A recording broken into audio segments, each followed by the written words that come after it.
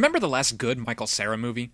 Me neither. There are two types of movies. There are the ones where the actor makes the movie and the ones where the movies make the actor. Scott Pilgrim vs. the World belongs in the latter category. I cannot possibly stress this enough. The movie is not entertaining for Michael Cera. It's a geekgasm of meme talk, comic book fights, seizure-inducing flashing lights, and scantily clad teenage girls that look like they stumbled into a dark room and came out wearing Hot Topic clothes, clown makeup, and enough blue hair dye to accentuate even the most epic of beards. Scott Pilgrim vs. Epilepsy is about a dude who falls for this one chick while he's out molesting underage Asians and sleeping with a gay guy on the side. I know that sounds like one of my morally questionable jokes, but no, that's just how much of a total dick the main character is. And it's gotta mean something if someone like me, who just laughed at the climax of American History X, is calling someone else a dick. I like movies that thrive in just how ridiculous they are. Shoot 'em Up simply would not have been the same if Clive Owen had just snapped that one guy's neck instead of skull-fucking him with a carrot. And Crate 2 just wouldn't have been as divine as it was if it didn't have shotguns shoved up the ass, Godzilla-style fights out of nowhere, and careers with nunchucks. Which brings me to another aspect of Scott Pilgrim that I'm still uncertain as to whether or not I actually liked, and that was a blatantly obvious reoccurring theme of homosexuality. It's nice to have a form of entertainment that pokes fun at faggots without completely degrading them.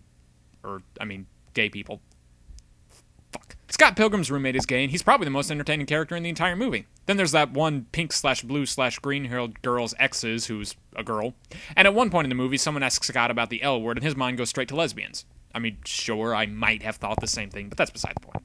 But the biggest problem with Scott Pilgrim vs. Your Retinas is the main focus of the story. It's all just bullshit teenage drama that we dealt with in high school and are thankful for not being a part of our lives anymore. And now I'm going to get a bunch of emails from whiny emo high school kids saying, "Oh no, dealing with relationships is a big deal in life. The movie reflects the torturous and complex emotions we all face." So I'm just going to send out a mass reply to that right now. No one gives a shit about your petty lack of pubic hair sex lives. So now that that's settled, I can talk about something that's actually important, like fight choreography. Scott Pilgrim vs. Your Inattentiveness actually has action that delivers. The fight scenes are surprisingly really well choreographed, which is ironic considering Michael Cera was in them, and he obviously doesn't put up much effort in anything ever if his bass playing is reflective of his work ethic, and the flashy colors and references to fighting video games do hold your attention quite well. Lastly, some of the social and moral commentary is just brilliant. There's a bit in the movie that rips on the silliness of being vegan backed up by Thomas Jane, because you better listen to the Punisher, motherfucker.